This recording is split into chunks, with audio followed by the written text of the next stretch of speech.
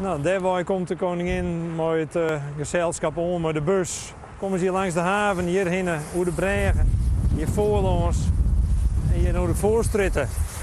En dan de waagsteeg in. Nou, dan hebben ze hier uit zicht, maar dan hebben we toch dik de helft van de route.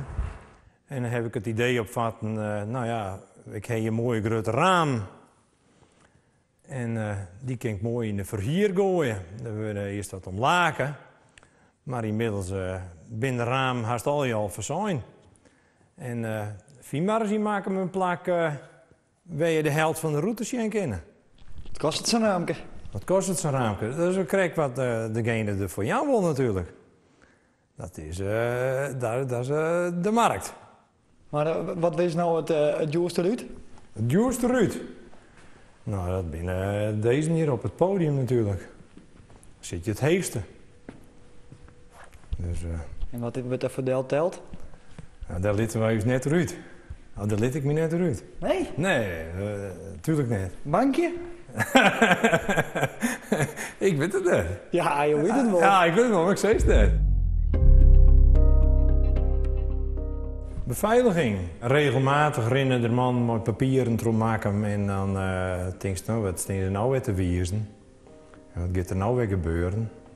Maar die lieten hun nergens uit, die mogen net erover praten, denk ik. Maar het is nog heel schimmig gebeuren eigenlijk. Ja, maar dat mogen ze natuurlijk net te vol over vertellen. Logisch. Maar dat binnen ik mooi maar grote zinnenbrillen op. Nee, de meeste Michael. Dat is wel inloopt daar in de beveiligingswereld. Bij jij dat kerelmeesken beveiligers binnen van de koningin? Wij? Ja.